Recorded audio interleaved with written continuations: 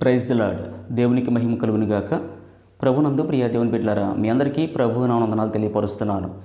ఈరోజు దేవుడు మనల్ని బలపరుస్తూ ఇస్తున్నటువంటి ఒక శ్రేష్ఠ వాగ్దానం ప్రియ దేవుని బిడ్డలారా మనం చదువుకుందాం. 145వ కీర్తన 19వ వచన భాగంలో దేవుడు ఈ రీతిగా మాట్లాడుతున్నాడు. తన యందు భయభక్తులు గల వారి కోరిక ఆయన నెరవేర్చును. దేవునికి మహిమ కలుగును గాక. ప్రభునందు ప్రియ దేవుని బిడ్డలారా, మరి చూడండి, ఈ లోకంలో మనం అనేకమైనటువంటి కోరికలు కలిగి ఉంటాం. ఈరోజు నీ కోరిక ఏమై ఉన్నది అనేది ఒకసారి ఆలోచించే. చాలామంది అనేకమైన కోరికలు కలిగి ఉంటారు. ఒకవేళ నీ కోరిక ఏమై ఉన్నది? ఉద్యోగం కావాలా, లేక గర్భఫలం లేని వారు గర్భఫలం కావాలని ఆశిస్తూ ఉన్నారా? మరి చూడండి, ఈ లోకంలో అనేకమైన కోరికలు కలిగి ఉంటారు. అయితే ఈరోజు నీ కోరిక ఏమై ఉన్నదో దేవుడు మాట్లాడుతున్నాడు. నీ కోరిక దేవుడు నెరవేరుస్తాడండి. అయితే దేవుడు నీ కోరిక నెరవేర్చాలి అంటే ప్రియ దేవుని బిడ్డలారా, నువ్వేం చేయాలంటే దేవుని యందు మరి భయభక్తులు కలిగి ఉండాలి. ఎవరైతే ఆయన యందు భయభక్తులు కలిగి ఉంటారో వారి కోరిక మరి నెరవేరుస్తారని ప్రియ దేవుని బిడ్డలారా దేవుడు మాట్లాడుతున్నాడు. కనుక చాలామంది దేవుని ఎడల భయముతో కూడినటువంటి భక్తి చేయరు.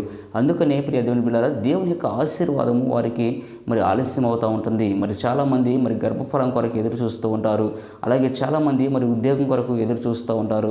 అలాగే చాలామంది మరి గృహం లేని వారు గృహం కావాలని, మంచి గృహం నిర్మించుకోవాలని మరి ఎదురు చూస్తూ ఉంటారు. అలాగే వివాహం కొరకు ఎదురు చూసే వాళ్ళు చాలామంది ఉంటారు. అలాగే చాలామంది అప్పుల సమస్యల్లో ఉండి అప్పుల నుంచి విడుదల పొందాలని అనేక మంది మరి ఎదురు చూస్తూ ఉంటారు. ప్రియ దేవుని పిల్లరా, ఈరోజు నీ కోరిక ఏమై ఉన్నదో, నీ కోరిక నెరవేర్చబడాలి అంటే, దేవుడు నిన్ను దీవించాలంటే, మరి ఆశీర్వదించాలంటే, నీ కోరికను దేవుడు నెరవేర్చాలంటే నువ్వేం చేయాలంటే దేవుని ఎడల భయం కలిగి ఉండాలి. మరి ఎవరైతే దేవుని ఎడల భయము కలిగినటువంటి భక్తి చేస్తారో వారి కోరిక దేవుడు నెరవేరుస్తారని ఈరోజు మరి దేవుడు స్పష్టంగా నీతో మాట్లాడుతున్నాడు. దేవుడు ఈ మాటలు దీవించునుగాక.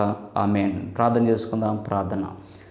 మహోన్నతులైన మా ప్రియ పరలోకపు తండ్రి, మీ పరిశుద్ధమైన పాదములకు వందనాలు, స్తోత్రం చెల్లిస్తున్నాం.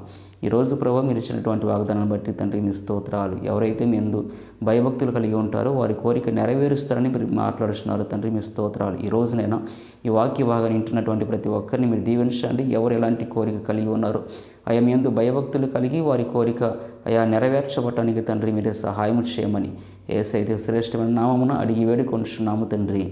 ఆమేన్. దేవునికి మహిమ కలుగును గాక. God bless you.